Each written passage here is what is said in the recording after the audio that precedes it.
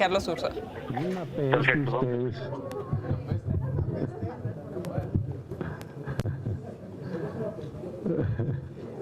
Por decirlo menos.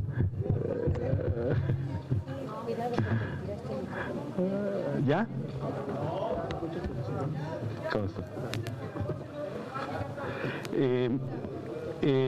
Bueno, entonces nos reunimos, ese gabinete que les mencionaba, y hubo varias exposiciones, como probablemente el presidente electo ya les dijo. Hay una serie de acciones estratégicas muy importantes para el gobierno y que van a tener prioridad respecto a otras. Son 38 en total.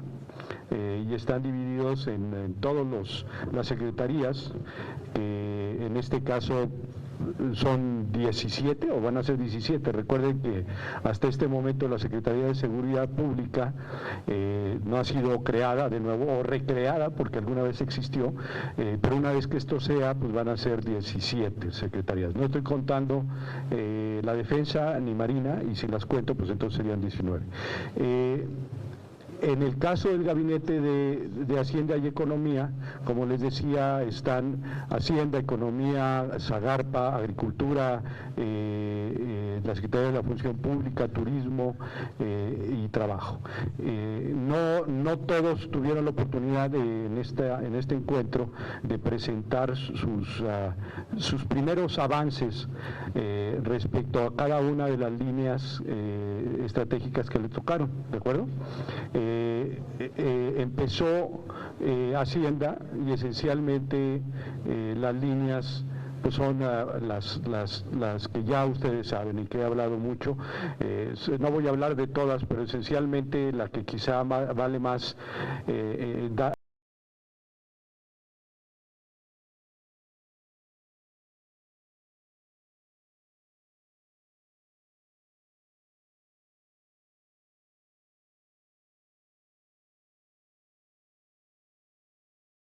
ya no van a existir, con criterios económicos que pueden diferir un poquito de los que hasta el momento se fijaron en los precriterios de marzo.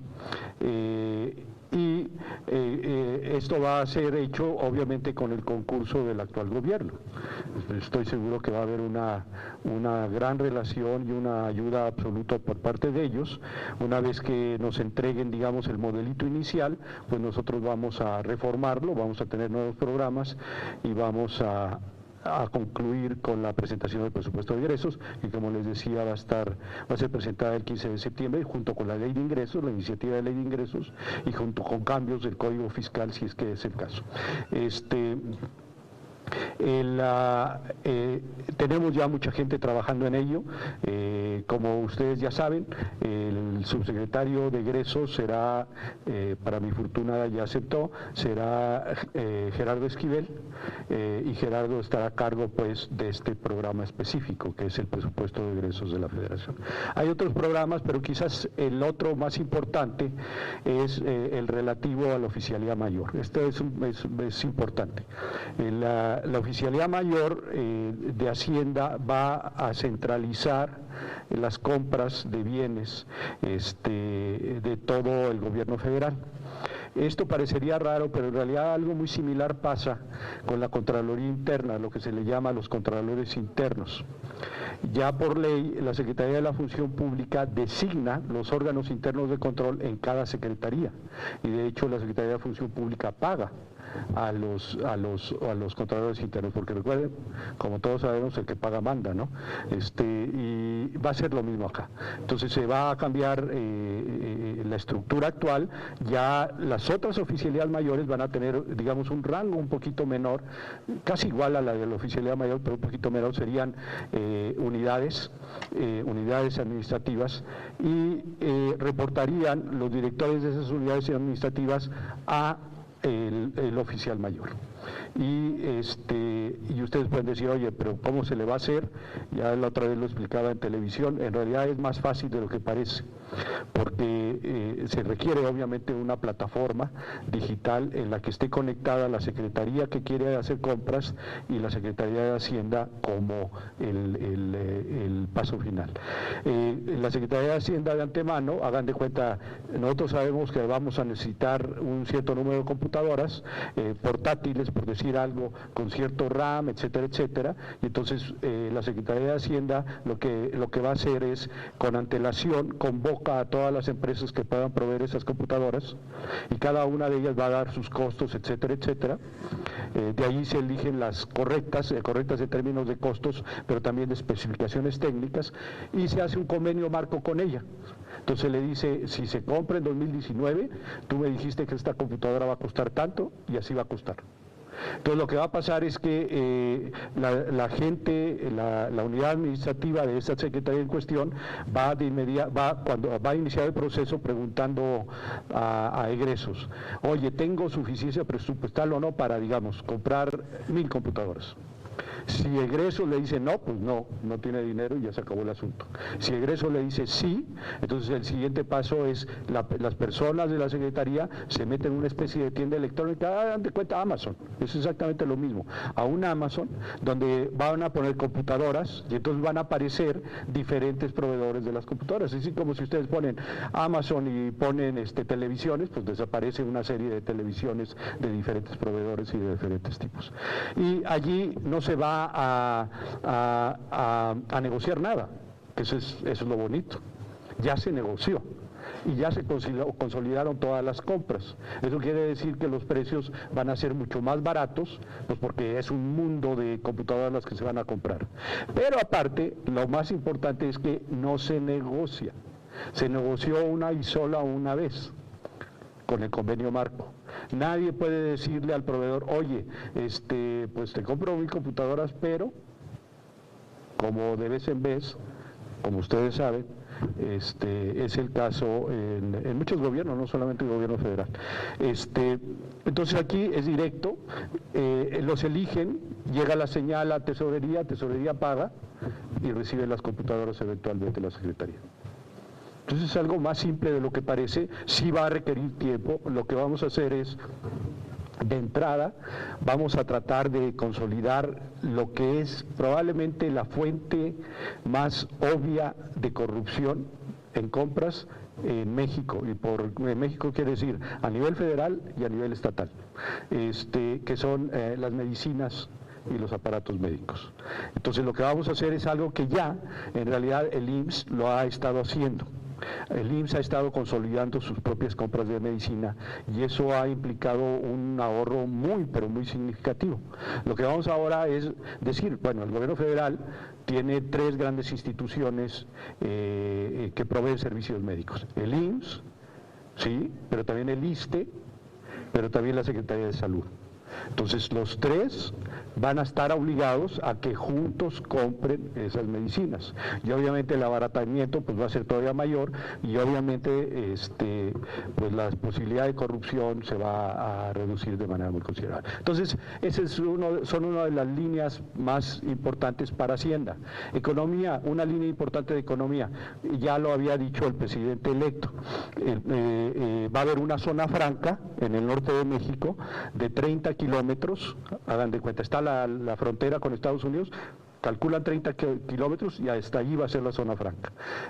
Obviamente ahí entra Tijuana, entra Mexicali, no entra Ensenada, por ejemplo, no alcanza, pero entra Ciudad Juárez, entra Reynosa y así, ¿no? En esa franja se va a tener un IVA diferenciado. Ustedes pueden decir, oigan, pues eso no es justo. No, pues para los que no son tan jóvenes como algunos de ustedes, que sí son muy jovencitos, pues se acuerdan que ha habido reducciones en el IVA en la frontera durante mucho tiempo y luego se han quitado y luego se han vuelto a poner y luego se han quitado. De hecho hubo toda una controversia constitucional en 1995 acerca de si era correcto que en la frontera hubiera un IVA diferente, porque la Constitución dice que los impuestos deben ser progresivos, es decir, el que tiene más debe pagar más, pero equitativos, los que tienen lo mismo deben pagar lo mismo. Entonces, ¿cómo puede ser que si hay alguien que tiene mi ingreso y vive en la frontera, pague menos IVA que yo? Bueno, ya hay una jurisprudencia desde 1995 que dice que por razones históricas, eso es permitido.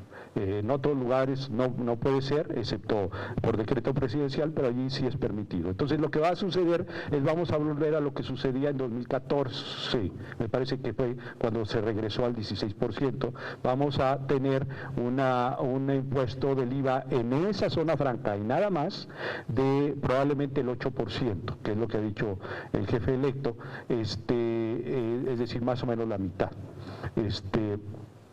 Eso ya existía, ha existido desde siempre, entonces se va a volver a hacer. Quizá la única novedad es que ahora nada más es la zona fronteriza.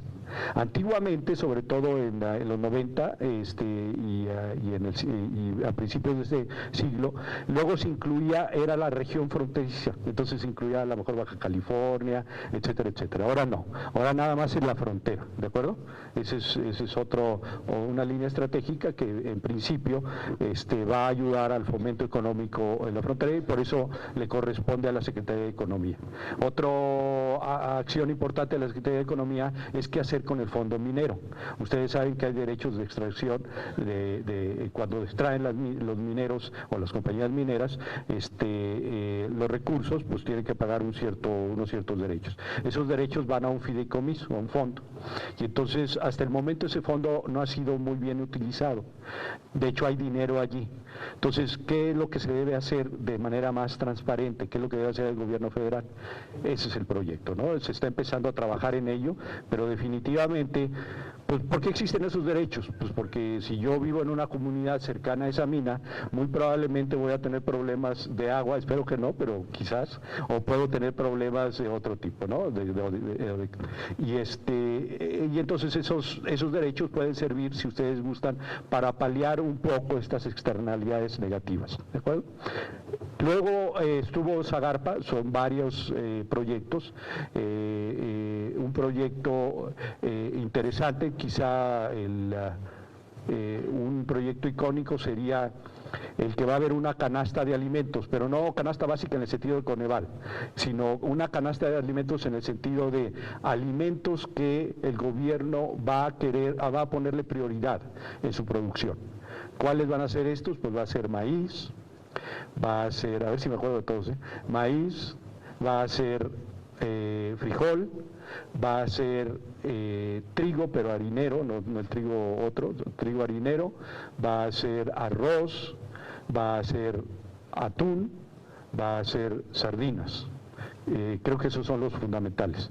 Y entonces la idea es que el gobierno federal ponga mucha atención a la producción de esos artículos en la canasta y se logre una mayor producción en ellos. Y hay unas cosas interesantísimas que ustedes saben, sobre todo en el caso de pesca, de cómo puede haber granjas, ¿verdad? Literalmente en el mar, por allá por el Golfo, por el Mar de Cortés, por ejemplo, granjas de atún, granjas de sardinas, etcétera, etcétera. Entonces ellos tienen, yo la verdad no les puedo decir mucho porque pues, no soy experto, pero ellos tienen muchos proyectos al respecto. Hay otros de Zagarpa, por ejemplo, fertilizantes. Es muy importante, quizá es más importante para los productores, sobre todo de pobres del sur del país, que en lugar de andarles dando dinero, se les den fertilizantes buenos. Entonces la idea es dar fertilizantes y hay estimados de que la producción, por ejemplo, de maíz, si de manera intensiva se distribuyen los fertilizantes, puede incrementarse de manera muy sustantiva. Ahí las cifras no las desconozco, pero pueden preguntarle a Víctor Villalobos más al respecto. La siguiente secretaría fue la Secretaría de Turismo. Y la Secretaría de Turismo presentó varios proyectos, Miguel Torruco, proyectos que en cierta medida ya él implementó aquí en la Ciudad de México con muchísimo éxito y que va a trasladar al resto de la República, ¿no? Es decir, ahora sí van a ser proyectos federales en lugar de proyectos para la ciudad, de todo tipo. Como ustedes saben, pues hay proyectos desde turismo social hasta proyectos para atraer turismo extranjero, etcétera, etcétera. Bueno, y además, a través de Fonatur es un fideicomiso, propiamente hablando, de hecho es una empresa. Que es muy antigua, es una empresa que ha desarrollado mucha la costa de México. Fonatur se va a encargar del llamado Tren Maya. Este proyecto es realmente muy bonito, yo ya lo conocí un poco porque me lo habían mostrado antes. Cuando uno ve todo el mapa de dónde iría el Tren Maya, se da uno cuenta de la enormidad del proyecto. Es un proyecto de un tren que iría de Cancún hasta Palenque. Pero pasando por muchos lugares, de Playa del Carmen, Tulum, etcétera, etcétera, hasta Palenque. Es un tren de 900 kilómetros de largo. Algunas veces el tren va a aprovechar el problema con los trenes es el derecho de vía. No es hacer los trenes, es el derecho de vía, porque al ratito todo el mundo se te ampara, al ratito todo el mundo dice pues págame más, etcétera. Entonces ellos han pensado muy bien las cosas y, por ejemplo, en el caso de Palenque, bajando hasta, no recuerdo el lugar. Bueno, hasta este momento es la conferencia que está dando Carlos Ursúa después de la reunión con el virtual presidente Andrés Manuel López Obrador. Algunas de las cosas que ha comentado, básicamente que ya aceptó Gerardo Esquivel como subsecretario, se va a encargar del presupuesto que van a presentar el 15 de diciembre. También anunció un programa de consolidación de compras, básicamente en medicinas. Habló de que va a haber una zona franca a 30 kilómetros de la frontera con Estados Unidos, donde va a haber un IVA diferenciado del 8%.